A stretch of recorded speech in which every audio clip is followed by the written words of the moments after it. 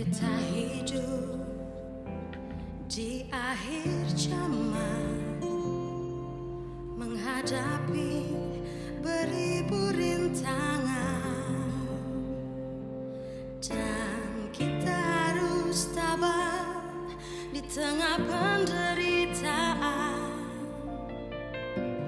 memikul salib dan saling menanggung beban.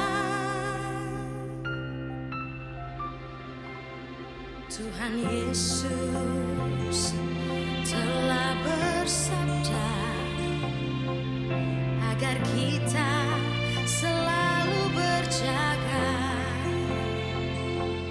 dan teruslah bekerja, beritakan Injilnya sambil menunggu kedatangannya yang kedua.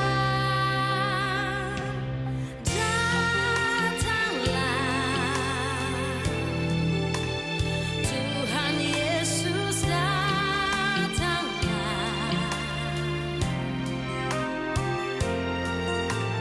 kami yang di sini setia menanti kedatanganmu. Yesus segera akan kembali. Yesus akan kembali. Dalam kemuliaan serta kebesaran di awan-awan,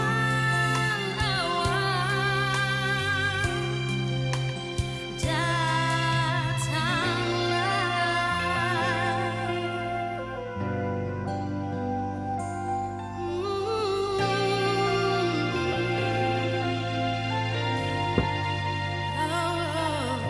Tuhan Yesus telah bersabda agar kita selalu berjaga dan teruslah bekerja, beritakan Injilnya sambil menunggu kedatangannya yang kedua. Oh, datanglah.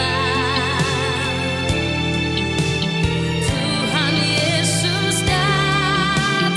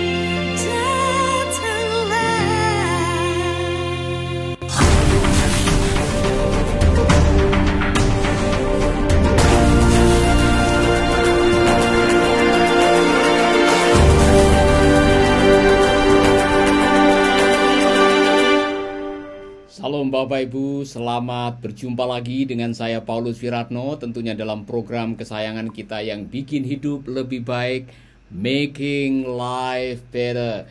Dan malam hari ini, sebagaimana saya sudah menjanjikan, kita akan membahas tentang strategi hidup melewati masa sulit. Kita sedang diizinkan oleh Tuhan melewati masa yang sulit. Saudara, tadi saya sempat jalan-jalan di kota Denpasar dan melihat ada banyak toko yang tutup.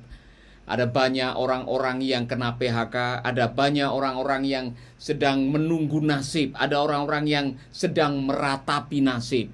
Saudara, di situasi seperti ini, dalam keadaan kita diizinkan menghadapi kesulitan, kita harus punya strategi bagaimana melewati masa sulit, bagaimana menghadapi kesulitan. Karena masing-masing saudara dan saya, kita pasti punya kesulitannya masing-masing, ya kan? Jadi saya pengen sekali berbagi kebenaran tentang firman Tuhan dalam situasi yang sulit. Apa yang harus kita lakukan? Saudara, kalau kita mau merenung, kita mau jujur, kita mau coba flashback melihat masa lalu kita, pasti kita punya saat-saat kita diizinkan oleh Tuhan menghadapi masa yang sulit, dan itu tidak gampang, itu tidak mudah, dan ada waktu-waktu di mana ketika kita sedang down, iman kita sedang tidak kuat, harapan kita sedang hilang alias putus asa, bisa saja kita memikirkan hal-hal yang negatif di dalam situasi yang sulit.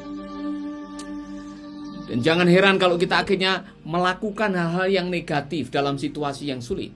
Ambil jalan pintas, melakukan tindakan yang ceroboh, melanggar kebenaran firman karena mau serba instan, dan akhirnya kita menuai persoalan yang baru. Saudara, tidak sedikit orang-orang yang pada akhirnya melakukan kejahatan untuk menyelesaikan persoalan yang sekarang ini, yang akhirnya menimbulkan persoalan yang baru. Maka sebagai orang yang kenal Tuhan, sebagai orang yang bijak, sebagai orang yang mengerti kebenaran, kita harus melakukan langkah-langkah yang tepat. Strateginya seperti apa? Nah, mari kita akan sama-sama malam hari ini belajar firman Tuhan dari sebuah kisah seorang janda di Sarfat yang mengalami masa-masa yang sulit, tetapi Tuhan memberikan terobosan. Tuhan memberikan jalan keluar, Tuhan memberikan pertolongan. Dan kalau Tuhan bisa menolong janda di Sarfat, Tuhan bisa menolong Anda dan saya. Tuhan bisa menolong kita semua. Tuhan kita sama, saudara.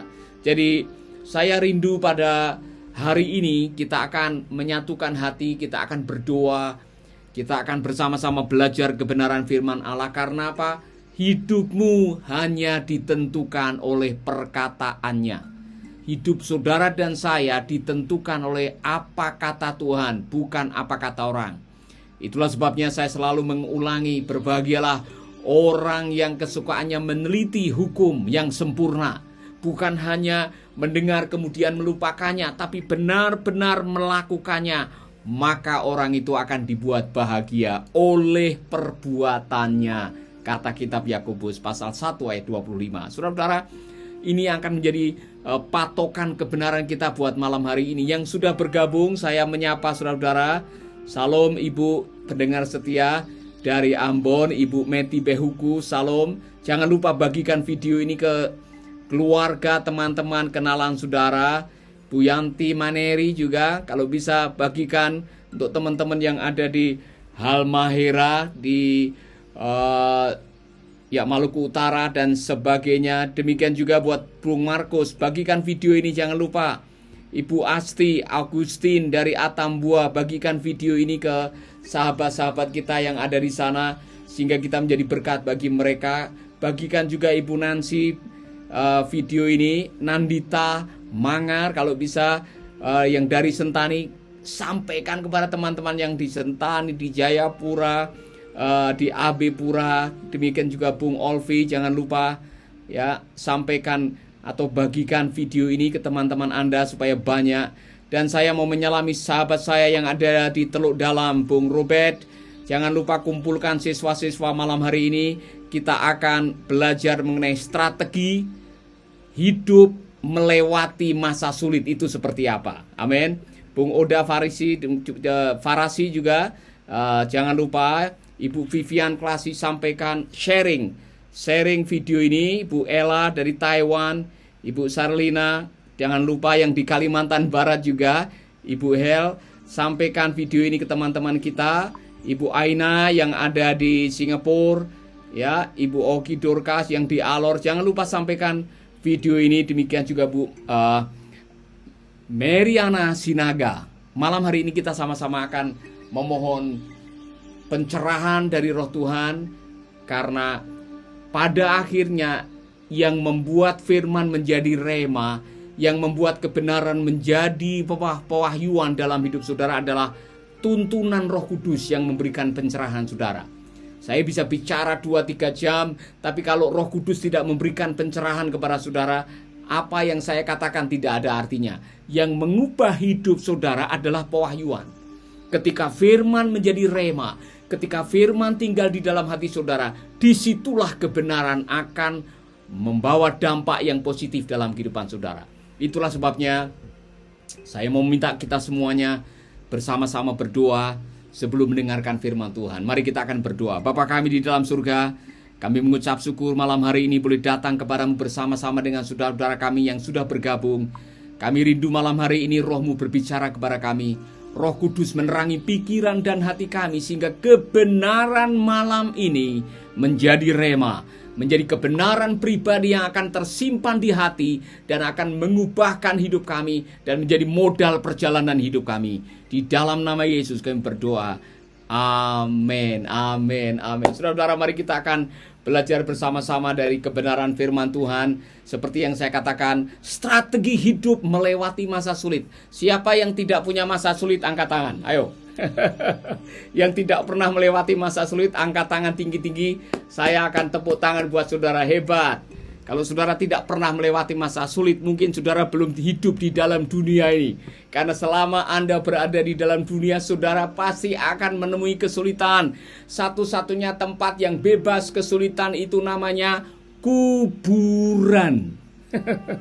Jadi kalau saudara mengatakan, Tuhan bebaskan kami dari kesulitan, saudara sedang mempercepat langkah Anda ke kuburan. Itulah sebabnya hati-hati dengan doa saudara-saudara. Kita semua diizinkan oleh Tuhan mengalami masa sulit, mengalami tribulasi, mengalami pergumulan, mengalami ujian hidup, menghadapi pencobaan. Itu bagian dari perjalanan hidup kita.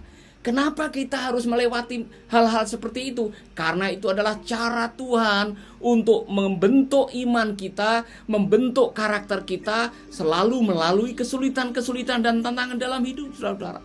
Itulah sebabnya kita harus punya skill, kita harus punya strategi bagaimana cara kita melewati masa-masa sulit yang Tuhan izinkan dalam kehidupan kita. Amin. Mari kita akan melihat beberapa hal yang penting, saudara-saudara. Dan saya yakin sekali apa yang akan kita pelajari pada hari ini, Tuhan pasti akan menolong kita, menerangi pikiran kita, sehingga Tuhan akan membentuk kehidupan kita waktu kita menghadapi kesulitan-kesulitan yang berikutnya. Kita sudah punya modal. Amin. Kita sudah tahu bagaimana caranya melewati masa-masa yang sulit di dalam kehidupan kita. Semua dimulai sebetulnya dari sebuah ayat yang bunyinya begini, saudara. Mungkin saudara sudah pernah mengikuti apa yang saya sampaikan, bahwa Nabi Elia pernah mengucapkan kata-kata nubuatan yang mengandung hukuman untuk Raja Ahab dan Isabel yang waktu itu memerintah Israel. Bahwa karena kejahatan mereka, karena kedegilan hati mereka, karena mereka telah membawa pemurtatan yang besar-besaran dalam negeri, akhirnya Tuhan memberikan hukuman, tidak akan ada hujan selama 2 tahun atau 3 tahun setengah. Dan itu diucapkan oleh Nabi Elia. Kemudian sebagai akibat dari itu, Elia harus diisolir di sungai Kerit sampai sungai itu kering karena kemarau panjang. Dan disitulah akhirnya Tuhan menyuruh Elia untuk melakukan sesuatu, saudara. Saudara bisa melihat di sini, saudara bisa melihat di ayat ini, saudara menemukan sebuah ayat yang mengatakan Maka pergilah Elia ke Sarfat. Ketika tiba di pintu kota itu, ia melihat seorang janda sedang mengumpulkan kayu api. Lalu kata Elia kepada janda itu, "Ibu, tolong ambilkan sedikit air untuk minum untuk saya." Ketika janda itu sedang berjalan untuk mengambil air itu, Elia berseru, "Ibu, bawakanlah juga," dikatakan, "bawakanlah juga sedikit roti." Nah, ini yang Elia sedang perintahkan adalah seorang janda yang sedang setengah mati. Seorang janda yang sedang mengalami kesulitan, saudara-saudara. Seorang janda yang dia nanti akan mengakui betapa luar biasanya kesulitan yang dihadapi oleh janda itu. Dan saudara bisa menemukan jawabannya, kesulitannya seperti ini. Saudara mungkin bisa membaca bersama-sama dengan saya. Janda itu menjawab, perhatikan baik-baik jawaban janda itu. "Demi Tuhan yang hidup, Allah yang disembah oleh Bapa, saya bersumpah bahwa saya tidak punya roti. Saya hanya mempunyai segenggam tepung terigu di dalam mangkok dan sedikit minyak zaitun di dalam botol. Saya sedang mengumpulkan kayu api untuk memasak bahan yang sedikit itu supaya saya dan anak saya bisa makan. Itulah makanan kami yang terakhir. Sesudah itu kami akan menunggu mati saja." Wow. Saudara-saudara, coba baca baik-baik, simak baik-baik perkataan janda ini. Pada waktu Nabi Elia mengatakan, "Ambilkan saya air," belum sempat dia mengambil air, "Tolong bikin roti buat saya." Janda ini mengungkapkan kesulitannya. "Saya lagi cari kayu bakar untuk membuat roti, dan ini roti terakhir. Setelah roti ini kami makan, kami akan menunggu kematian." Saudara-saudara, jadi kalau boleh saya katakan ini roti terakhir. Pergumulan yang sangat luar biasa. Nah, Alkitab tidak menyebutkan siapa nama janda itu. Saudara-saudara, kenapa Alkitab tidak menyebutkan siapa nama janda itu? Karena bisa saja nama janda itu adalah saudara yang sekarang masih, atau sekarang statusmu mungkin sedang dalam situasi yang sama. Engkau ibu-ibu yang sekarang sudah menjadi janda, mungkin ada yang sedang dalam situasi seperti itu. Engkau sudah kehabisan segalanya. Engkau melalui masa-masa yang sulit. Kemarau panjang 2,5 tahun membuat engkau tidak bisa menafkahi anakmu. Dan dalam situasi seperti itu, yang engkau bisa lakukan hanyalah menunggu kematian. Itu yang saya menangkap. Saya tidak tahu situasi saudara pada saat ini. Mungkin kesulitan yang Anda hadapi sama seperti kesulitan yang dihadapi oleh janda ini. Sudah tidak ada apa-apa lagi di rumah saudara.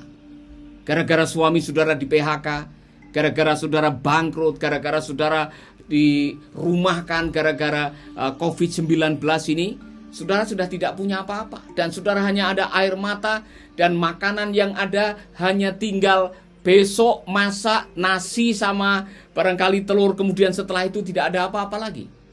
Dan saudara menunggu kematian. Kalau boleh saya menyimpulkan, ibu ini sudah dalam keadaan desperate. Apa yang sedang dialami, kesulitan yang dilalui adalah kesulitan yang sudah membuat dia ujung keputusasaan. Ini roti terakhir, kami akan mati, dan kami sekarang tidak tahu apa yang akan terjadi. We sera-sera, what will be, will be. Saudara-saudara, mungkin ada di antara saudara-saudara yang sedang dalam situasi, saya tidak tahu besok mau makan apa. Saya tidak tahu besok anak saya sekolahnya bagaimana. Saya tidak tahu besok pernikahan saya akan seperti apa. Saya tidak tahu besok pelayanan saya akan seperti apa. Kalau Anda ada dalam situasi seperti itu, saudara-saudara, berbahagialah, karena Tuhan tidak membiarkan orang lemah, orang yang tertindas, orang yang menderita. Dan di dalam konteks perjanjian lama, janda itu dapat perhatian khusus oleh Tuhan. orang yang tertindas, anak yatim piatu, orang asing, para janda mendapatkan perhatian khusus dari Tuhan. Maka Tuhan sudah menyiapkan seorang nabi untuk menemui janda ini. Dan nabi ini meskipun memberikan perintah yang agak sulit, tapi nabi ini membawa kabar baik buat janda ini. Saudara-saudara, dalam hidup ini kita akan bertemu dengan situasi seperti ini. Situasi di mana saudara diizinkan menghadapi krisis yang secara akal sehat kita tidak bisa menyelesaikannya. Tidak ada yang bisa menghentikan kemarau panjang 2,5 tahun atau 3,5 tahun. Saudara-saudara, inilah kehidupan kita. Dalam hidup ini kita akan bertemu dengan situasi yang di luar kontrol kita. Akal sehat, kepandaian, kedudukan, jabatan, kekayaan tidak bisa menyelesaikannya. Hanya Tuhan yang bisa menyelesaikannya. Lalu strategi kita apa yang harus kita lakukan, saudara-saudara, dalam situasi yang sangat sulit seperti ini? Oh, saudara-saudara, kita akan belajar sesuatu yang penting sekali.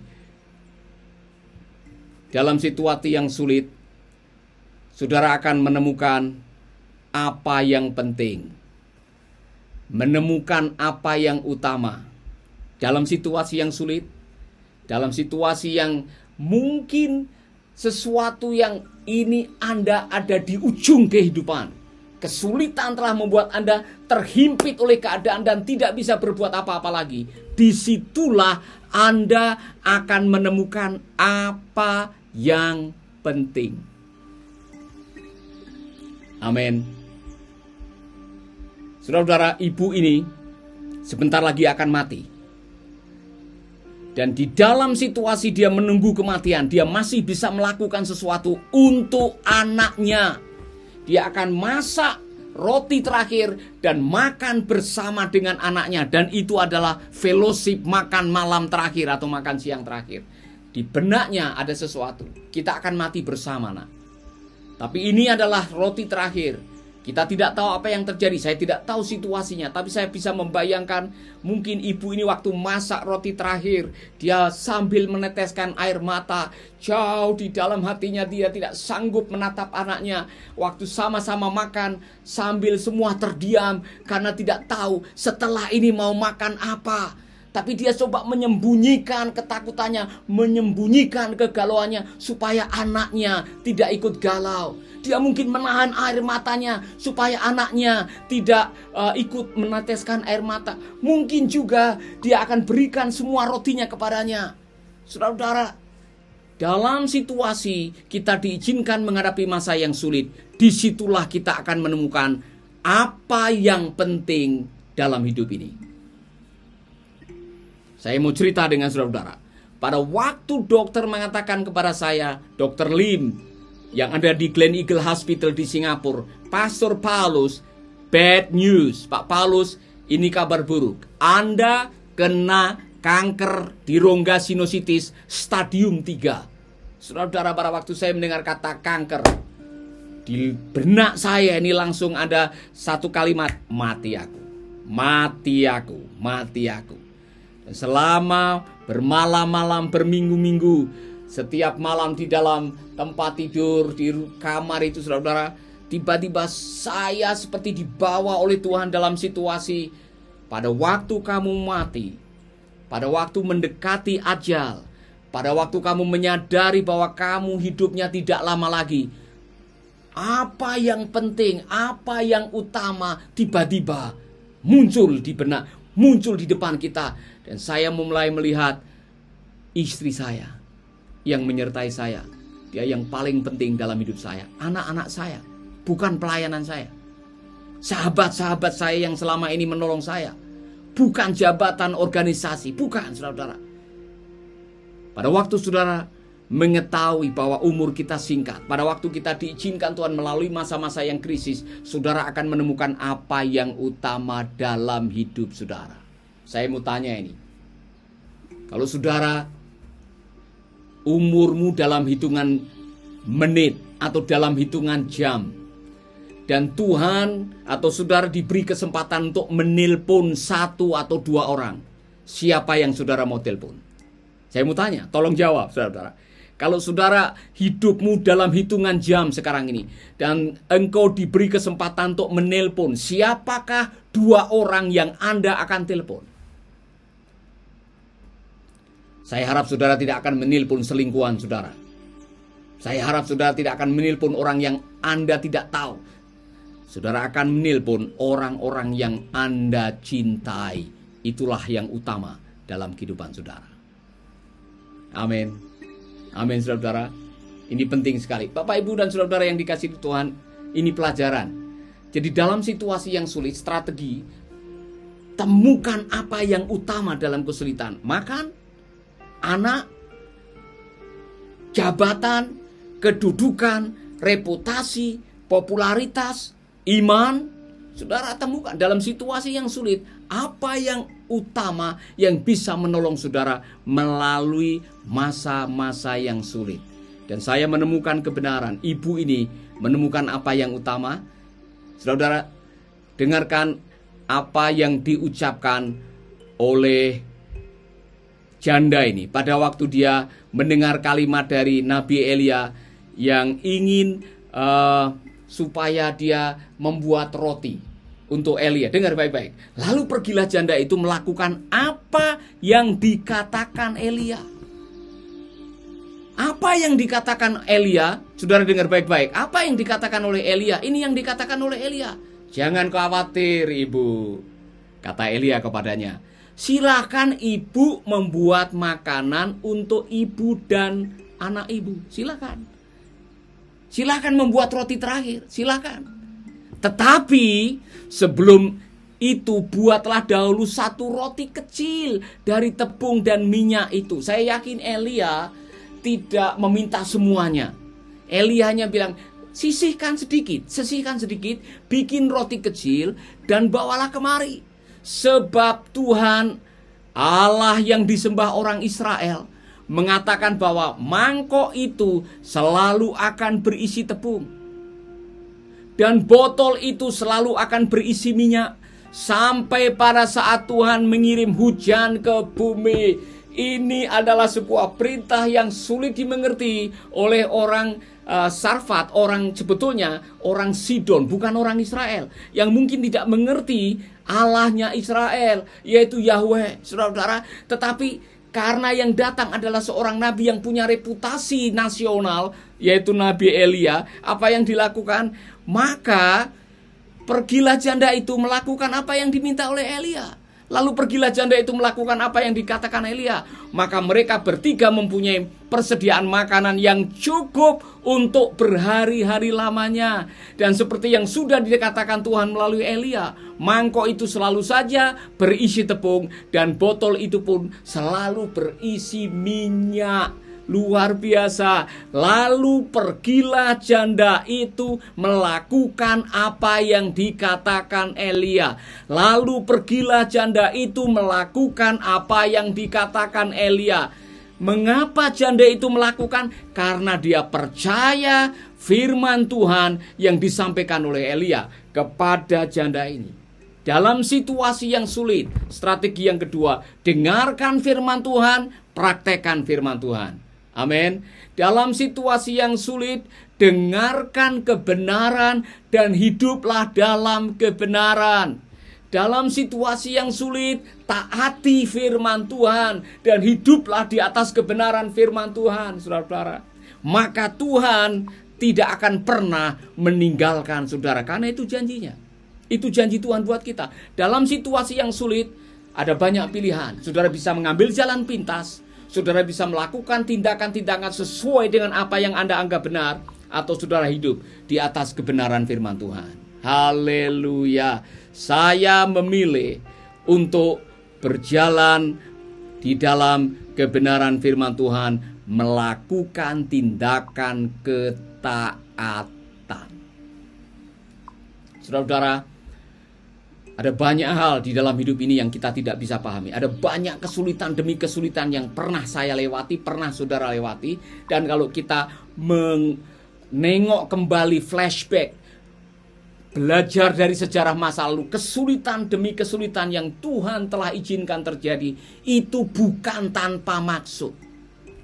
Melalui kesulitan Tuhan sedang menguji ketaatan saudara. Apakah dalam kesulitan engkau percaya kepada Tuhan atau tidak? Amin, saudara-saudara. Ini mohon maaf ini saudara-saudara, ada listriknya mati. Jadi saya harus sudah hidup kembali. Dan saudara-saudara, dalam kesulitan saudara harus belajar untuk kembali percaya kepada Tuhan. Dalam situasi yang sulit, lakukanlah tindakan ketaatan. Taat saja, jalani saja. Kapan saya akan melihat keajaibannya? Saya tidak tahu, saudara tidak tahu, tetapi Tuhan tahu. Tuhan punya cara, Tuhan punya strategi, Tuhan punya agenda melalui kesulitan yang Tuhan izinkan terjadi dalam kehidupan kita. Maka jalani saja. Amin. Katakan kepada dirimu sendiri, jalani saja. Jangan berhenti. Saya pernah mendengar kalau Anda naik sepeda, jangan berhenti. Sebab kalau saudara berhenti, saudara bisa jatuh. Tetap mengayuh saja supaya seimbang. Kalau saudara sedang berjalan, jangan berhenti di tikungan. Walaupun capek, tetap berjalan. Taat saja, lakukan saja perintahnya yang mungkin sulit secara akal manusia. Ketika kita melakukannya, Tuhan bisa melakukan yang tidak mungkin menjadi mungkin. Amin. Do your best and God will do the rest. Lakukan bagianmu. Yang tidak bisa engkau lakukan, serahkan kepada Tuhan. Haleluya. Amin. Lakukan bagian saudara-saudara. Lakukan bagian saudara-saudara. Saya ulangi lagi. Jangan berhenti, jangan pesimis, jangan mengeluh.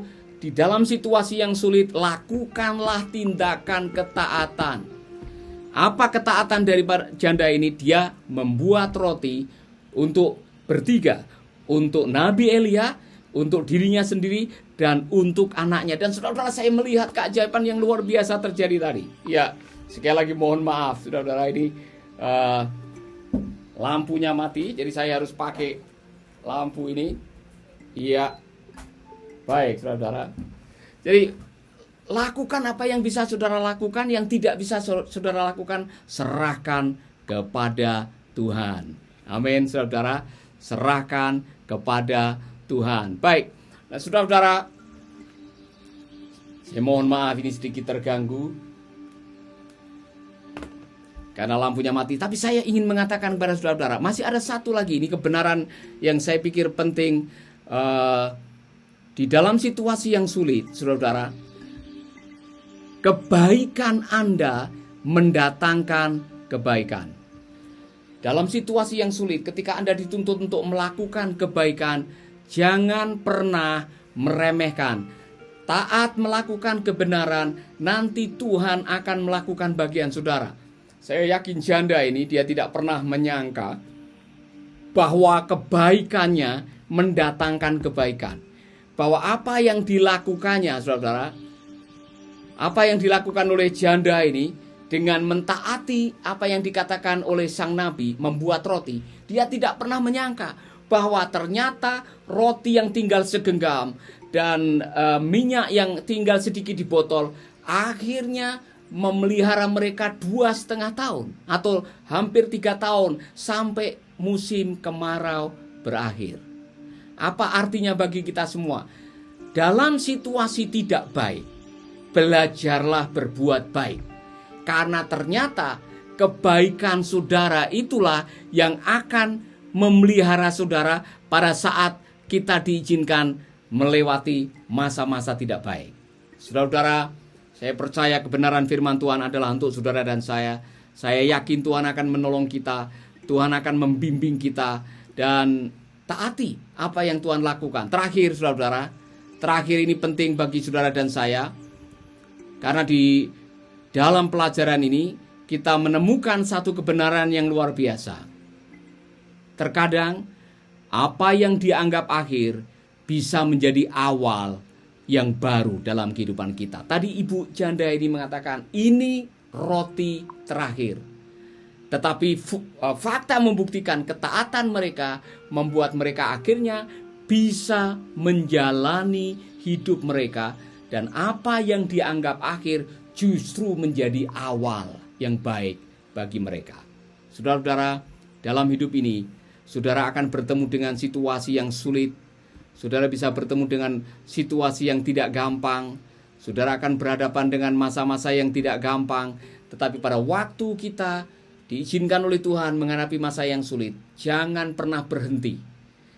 Karena apa yang kita anggap akhir terkadang bisa menjadi awal dalam kehidupan kita. Mungkin saudara mengatakan, ini bangkrut, ini habis riwayat hidup saya, mati aku. Bagi Tuhan, ketika kita yakin, ketika kita percaya, ketika kita melakukan yang terbaik, Tuhan akan menolong kita, Tuhan akan mencukupkan kita. Amin.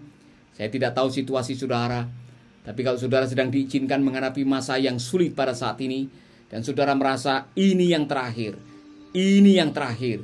saya tidak akan sanggup lagi, saya tidak mampu berharap lagi, saya percaya Tuhan akan menyanggupkan saudara. Kalau saudara adalah orangnya, saya mau berdoa buat saudara, sehingga kita bisa melalui saat-saat yang sulit bersama dengan Tuhan. Temukanlah apa yang penting, lakukanlah tindakan ketaatan, berbuat baik karena kebaikan bisa menolong saudara. Apa yang dianggap akhir kadang-kadang menjadi sebuah awal dalam perjalanan hidup kita. Amin, saudara-saudara. Dan saudara mengatakan, Pak Paulus, saya rindu Bapak berdoa buat saya mau berdoa buat saudara-saudara. Taruh tangan di dada. Tuhan, kami mengucap syukur buat kebenaran firman-Mu. Kami berdoa malam hari ini kiranya Tuhan akan menjamah kami, menguatkan kami. Apa yang kami dengar menjadi kebenaran yang akan menolong kami dalam situasi yang sulit. Kami mau mentaati firman-Mu. Kami mau menemukan apa yang penting. Kami mau percaya dengan melakukan kebaikan-kebaikan. Dan kami percaya apa yang kami anggap akhir bisa menjadi awal dalam kehidupan ini. Tuhan, aku berdoa buat semua sahabatku. Malam ini Engkau lawat, Engkau jaga, Engkau urapi mereka. Engkau mengirimkan kuasa dan pertolongan-Mu. Sama seperti Ibu Janda Sarfat, yang pada akhirnya dicukupkan, bahkan dilimpahi oleh Tuhan. Limpahi kami semua dalam kekurangan ini. Di dalam nama Yesus kami berdoa. Amin, amin, amin. Saudara-saudara, saya yakin kebenaran firman ini akan menolong saudara. Masih ada, saudara-saudara, saya melanjutkan, nanti ada khotbah yang juga akan rekaman yang kemarin. Saudara yang belum pernah mendengarkannya, saudara akan mendengarkannya dan saudara akan diberkati.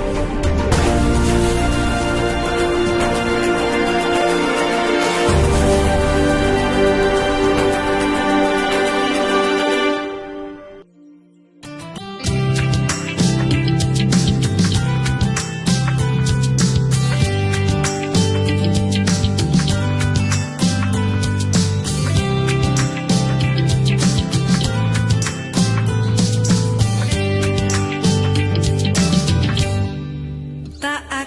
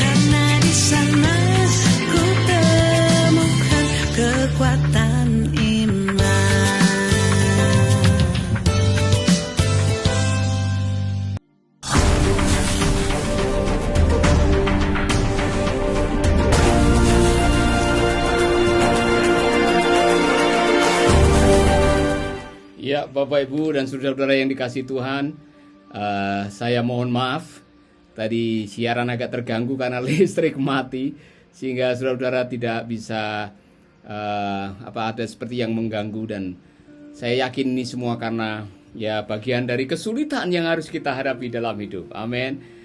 Tapi ini sudah kembali baik. Dari saya mau menyalami saudara-saudara yang sudah masuk, ya Ibu Doni Ambarita yang sudah bergabung.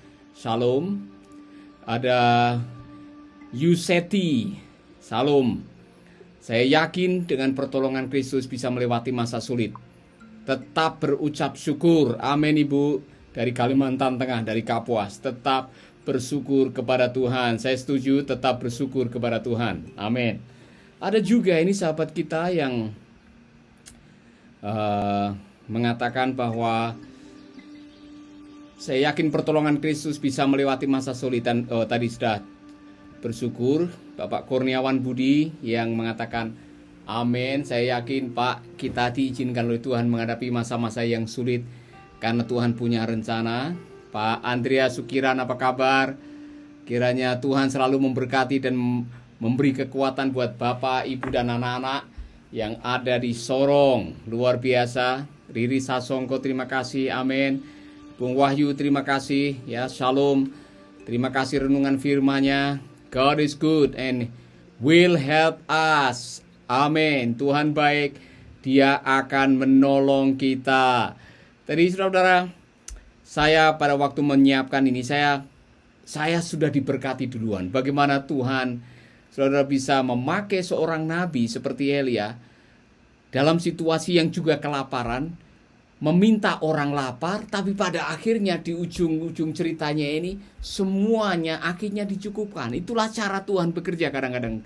Tidak bisa disangka-sangka. Karena begini, pada waktu Elia baru keluar dari sungai Kerit, makan dari burung gagak yang dipakai oleh Tuhan, Tuhan berkata kepada Elia, sekarang kamu pergi ke Sarfat. Sarfat itu daerahnya musuh. Sarfat itu adalah muasalnya Isabel yang menjadi istrinya Raja Ahab di Israel yang jahatnya bukan main.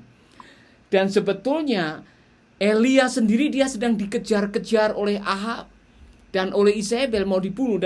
Dia berada di negeri musuh istilahnya. Dan Tuhan mengatakan, saya sudah menyiapkan seorang janda yang akan memelihara kalian atau memelihara kamu. Dalam pikiran Elia mungkin, aduh Tuhan, ini kadang-kadang ada gurauan juga. Bagaimana saya seorang nabi yang sedang dalam keadaan kelaparan, kemudian dipertemukan dengan orang lapar. Jadi dua-duanya ini sebetulnya orang lapar. Kemudian Tuhan melalui Elia mengucapkan kalimat yang saya yakin Elia juga harus mengimani apa yang diucapkan. Bu, jangan khawatir. Bikin dulu buat saya. Nanti Tuhan akan membuat tempayan ibu atau tempat untuk tepung ini tidak akan habis-habis, dan minyak itu tidak akan habis-habis sampai musim kemarau ini berlalu. Saudara-saudara, apa yang dikatakan oleh Elia itu benar. Jadi dalam situasi yang sulit, ketika saudara tidak bisa berbuat apa-apa, percaya saja apa yang dikatakan oleh Tuhan, maka Tuhan akan menolong saudara. Amin. Maka benar, dulu waktu saya baru bertobat, ada sebuah lagu yang saya suka. Lagu berkata, percaya saja, percaya yang buat kita menang. Masih ingat saudara, itu lagu lama. Saudara, lagu lama sekali. Dan pada akhirnya Tuhan mencukupkan Elia. Dan saya senang dengan bagian yang terakhir tadi. Yang bagian terakhir saudara harus belajar ini. Saya yakin janda tadi, dia tidak pernah menyangka dengan kalimat ini. Terkadang dalam situasi yang sulit, yang saudara pikirkan sebagai satu akhir, pokoknya ini ujungnya, ini akhir hidup saya, tamatlah riwayat saya. Ternyata bukan. Janda tadi mengatakan, ini roti terakhir, dan setelah itu kami besok akan menunggu kematian menurut perhitungannya. Tetapi ternyata ketaatannya telah membuat apa yang dianggap akhir bisa menjadi awal yang baru. Apa yang dianggap akhir, ini minyak terakhir, ini roti terakhir, ini tepung terakhir, ini dinner terakhir, justru menjadi sesuatu awal yang baru. Itulah yang Tuhan bisa lakukan untuk saudara dan saya. Apa yang Anda anggap akhir, ketika kita bawa di tangan Tuhan, ketika kita bawa di hadapan Tuhan, ketika kita bawa dalam doa, kita bawa dalam ketaatan, itu bisa menjadi awal sebuah keajaiban yang Tuhan bisa lakukan dalam kehidupan Anda. Amin, saudara-saudara. Ini pelajaran yang sangat luar biasa. Jadi dalam situasi yang sulit, temukan apa yang paling penting dalam hidup saudara. Dengarkanlah suara Tuhan. Lakukanlah ketaatan tanpa mikir panjang. Tetap berbuat baik. Dan saudara akan menemukan cara Tuhan memelihara saudara dengan luar biasa. Amin, saudara-saudaraku. Saya mau menyalami beberapa saudara-saudara yang sudah bergabung dan sudah memberikan kesaksian yang luar biasa. Hari ini saya mau menyalami sahabat yang tadi baru menelpon dan counseling. Saudara-saudara, ada tim counseling. Kami ada 4 orang yang siap mendoakan saudara. Mereka adalah orang-orang yang komit mau mendoakan saudara. Bahkan sementara siaran ini berlangsung, saudara-saudara, mereka berdoa buat kita. Dan mereka adalah orang yang bersedia mendoakan saudara dan mengkonselingi saudara, hamba-hamba Tuhan yang siap untuk menolong saudara.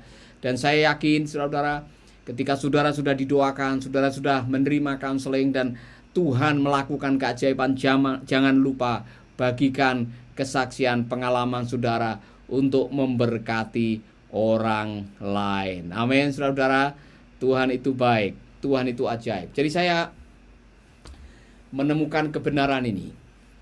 Di dalam kisah ini saya menemukan satu kebenaran bahwa Allah itu tidak kekurangan akal untuk menolong kita, karena kita punya Allah yang lebih dari cukup. Jadi di benaknya ibu janda tadi, kita makan, kemudian kita akan mati. Tetapi ternyata Tuhan punya cara bagaimana menggunakan yang sedikit dipakai oleh Tuhan melalui ketaatan menjadi lebih dari cukup sampai musim kemarau berakhir. God is more than enough. Itulah Allah kita. Allah lebih dari cukup. Sebetulnya kalau saudara menyanyikan satu lagu yang sering dinyanyikan yang sama artinya dengan kalimat ini adalah El Shaddai. Kita sering nyanyi El Shaddai, El Shaddai, Allah Maha Kuasa. Dalam bahasa asli El Shaddai artinya God is more than enough. Allahku lebih dari cukup. He is more than enough. Saudara-saudara, saya punya kesaksian yang luar biasa. Beberapa tahun yang lalu pada waktu kami sudah tidak punya duit untuk ngontrak kantor, saudara-saudara. Waktu itu kami ngontrak 3 ruko di Jalan Gatot Subroto Timur. Dan tiba-tiba bagian keuangan itu datang Ibu Jenta dan mengatakan, "Pak, kita tidak punya uang lagi untuk mengontrak. Kontrakan kita ini akan habis dalam 3 bulan. Apa yang Bapak mau lakukan?" Saudara-saudara, pada waktu itu secara manusia saya sudah mulai khawatir. Aduh, sudah tidak punya uang untuk kontrak lagi. Lalu bagaimana melanjutkan ini semua, saudara-saudara? Saya sedang membaca buku tentang nama-nama Allah. Dan di bab pertama yang dijelaskan situ adalah nama Allah El Shaddai. Allah lebih dari cukup. Maka saya dikuatkan iman saya. Saya kemudian memberanikan diri melihat di internet rumah123.com. Saya melihat ada rumah besar, tanahnya 1.300 meter, ada kolam renang, ada tingkat, ada fitness centernya, ada balai bengongnya, dan cukup besar, saudara. Saya langsung telepon agennya. Saya masih ingat namanya Pak Made. Saya bilang, "Pak Made, Saya mau melihat rumahnya. Hari Rabu pagi jam 9, saya masuk ke halaman rumah itu. Wah, besar sekali saudara-saudara. Dan saya mulai tanya ke Pak Made, Pak Made, kasih tahu saya berapa harga rumah ini. Dan dia mengatakan, Pak Paulus, ini 2 tahun sudah ditawarkan di internet, harganya 5 miliar. Waktu saya mendengar itu, 5 miliar, wow, mahal sekali saudara-saudara. Untuk ngontrak aja tidak punya, bagaimana dengan 5 miliar. Tetapi saya baru membaca buku El Shaddai, Allah lebih dari cukup. Maka saya mencoba menawar. Saya tanya Pak Made, kalau untuk saya, untuk Yayasan Sosial Mercy Indonesia, bisa dapat diskon atau tidak? Pak Made diam sejenak. Dia lihat-lihat di HP dan sebagainya. Kemudian dia mengatakan, Pak, ini ya terakhir Pak ya, ini netnya 4,75, 4 miliar 750 juta untuk Bapak. Itu harga yang terbagus Pak. Ini lokasinya bagus, ini tempat yang strategis, kemana-mana gampang. Wah saudara, saya bilang, ya Pak, saya mau berdoa dan saya yakin ini akan menjadi milik saya. Saudara-saudara, saya pulang ke kantor dengan foto-foto dan saya tunjukkan kepada staf dan saya mengatakan, kita sudah mendapatkan tempat. Kita tidak akan ngontrak, kita akan beli tempat. Saudara-saudara, banyak yang mengetawakan saya. Sebagian orang pasti tidak percaya, apalagi bagian keuangan. Untuk ngontrak saja tidak bisa, bagaimana mau beli? Tapi saya mengimani, saya berdoa, saya mendapatkan pewahyuan tadi.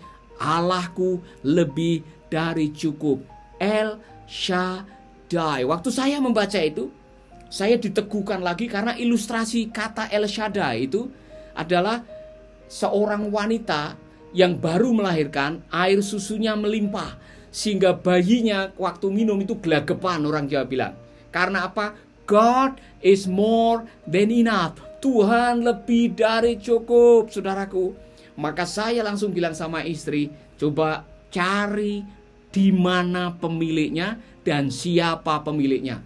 Siapa tahu kita bisa menawar langsung dan diberi harga yang lebih murah lagi.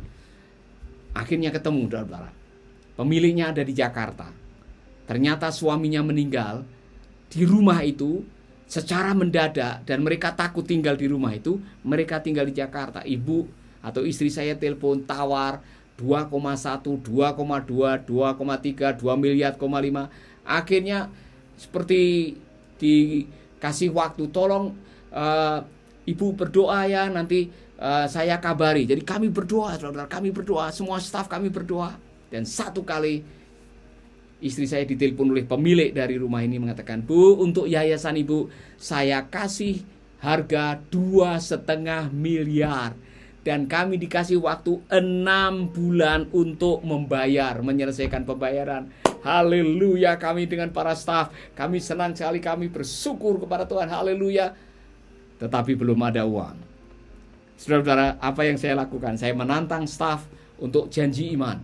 Mari kita memberi buat Tuhan untuk membeli aset ini. Ada yang ngasih antingnya, ada yang ngasih gelangnya, ada yang ngasih kalungnya, ada yang ngasih televisinya, ada yang ngasih gajinya 3 bulan. Kemudian saya sama istri pikir, apa yang bisa kita kasih? Saya jual mobil, saya kasih untuk membayar. Terkumpul sekitar 130 juta.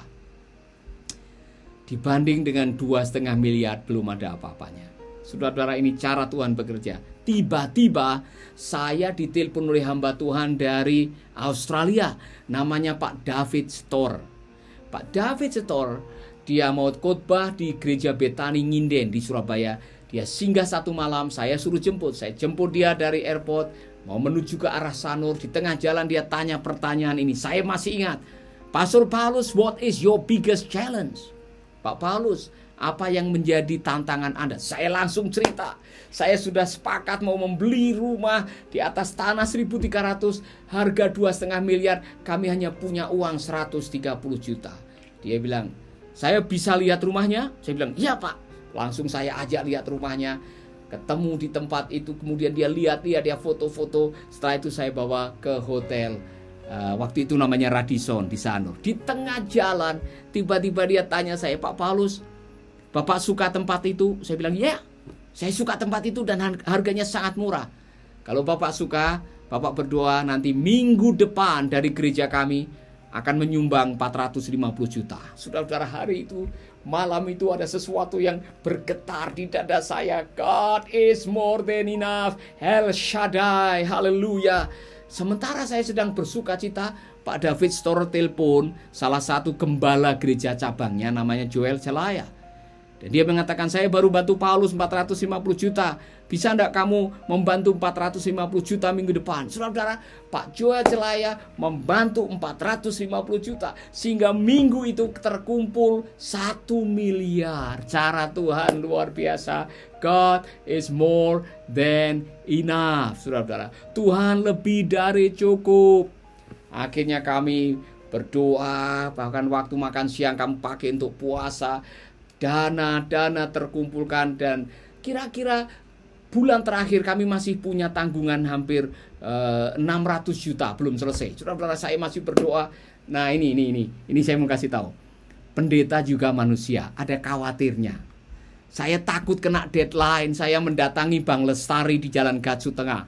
Saya coba cari pinjaman dari bank, saudara-saudara. Jangan lakukan ini. Jadi saya datang ke bank, saya minta, saya terus terang, bisa enggak saya dapat pinjaman kira-kira 600 juta untuk membayar angsuran pelunasan rumah ini. Saudara, akhirnya ada petugas bank yang datang. Ada 2 orang membuat appraisal. Kemudian saya masih ingat sekali, setelah itu saya suruh tanda tangan. Dan saya tanda tangan. Malam itu istri saya agak resah. Kamu ini sudah percaya Tuhan lebih dari cukup. Kenapa minjem dari bank? Kenapa cari-cari pinjaman dari bank? Saudara-saudara, saya ditegur. Saya merasa tidak enak sekali. Saya seperti ditemplak. Saya mengatakan benar juga. Jadi saya coba mau telepon bank, tapi sudah jam 7 malam. Jadi sudah ditutup. Oh, saudara-saudara, besoknya saya ke kantor. 2 petugas bank itu sudah ada di kantor saya. Dan waktu saya persilahkan duduk, salah satu mengatakan, Pak Paulus, terima kasih sudah mau bekerja sama dengan bank kami. Tapi mohon maaf, karena ini yayasan, kami tidak bisa memberikan pinjaman. Saya mengatakan, haleluya, puji Tuhan. Ibu, tadi malam saya mau membatalkan ini, tapi karena sudah tutup. Dan pagi hari ini kami mau membatalkan. Karena apa? Kami percaya Tuhan akan tolong. Amin. Saudara-saudara, singkat cerita, tidak lama setelah itu saya dapat telepon dari Pak David Storr dari gereja Christian Life Center di Perth, Australia. Dia telepon, Pak Paulus, bulan Juli depan ini adalah bulan misi di gereja kami. Kami mengundang Bapak untuk khotbah dan bawa anak istri. Nanti kami yang nanggung ongkosnya. Kami ada rumah liburan yang Bapak dengan anak-anak bisa libur. Wah, saudara-saudara, berkat buat saya. Haleluya, saya bawa istri, 3 anak saya, kami terbang ke Perth, Australia. Tiba pada hari Jumat langsung ke rumah liburan di sana, dikelilingi air, bisa mancing, bisa melakukan hal-hal yang ya liburan luar biasa. Cara Tuhan bekerja. Tiba-tiba hari Sabtu malam itu ada badai. Angin kencang, ada badai, hujan deras. Saya dapat SMS dari Pak David Storr, Paulus, kamu tidak perlu datang khotbah besok karena ada badai. Jadi kamu berdoa saja, nanti hari Senin pagi saya kabari. Oh, saudara-saudara, akhirnya kami menggunakan waktu itu untuk liburan. Dan cara Tuhan bekerja luar biasa. Hari Senin pagi saya dapat SMS dari Pak David Storr yang mengatakan, puji Tuhan Paulus, kamu mendapatkan bantuan untuk menyelesaikan proyekmu $105.000 Australia. Lebih dari 1 miliar. Oh, saudara-saudara, saya mengatakan haleluya, Tuhan lebih dari cukup. God is more than enough. God is more than enough. Dan pada waktu kami menyelesaikan pembayaran, masuk ke rumah yang sekarang menjadi kantor pusat Mercy Indonesia, saudara-saudara, kami masuk dengan rasa sukacita waktu kami pada akhirnya bisa mengucap syukur di situ. Tuhan mengingatkan saya, taat saja. Barangkali engkau tidak punya apa-apa. Dengar suara Tuhan, imani kebenaran, lakukan apa yang engkau bisa lakukan. Sisanya yang tidak bisa engkau lakukan, Tuhan akan melakukan. God is more than enough. Tuhan lebih dari cukup. Saya tidak tahu situasi saudara, tapi sebelum saya mengakhiri siaran ini, saya secara khusus mau berdoa buat saudara yang mungkin engkau sedang di ujung keputusasaan. Seperti perempuan atau janda Sarfat yang mengatakan, ini makanan kami terakhir, dan sesudah itu kami akan menunggu kematian.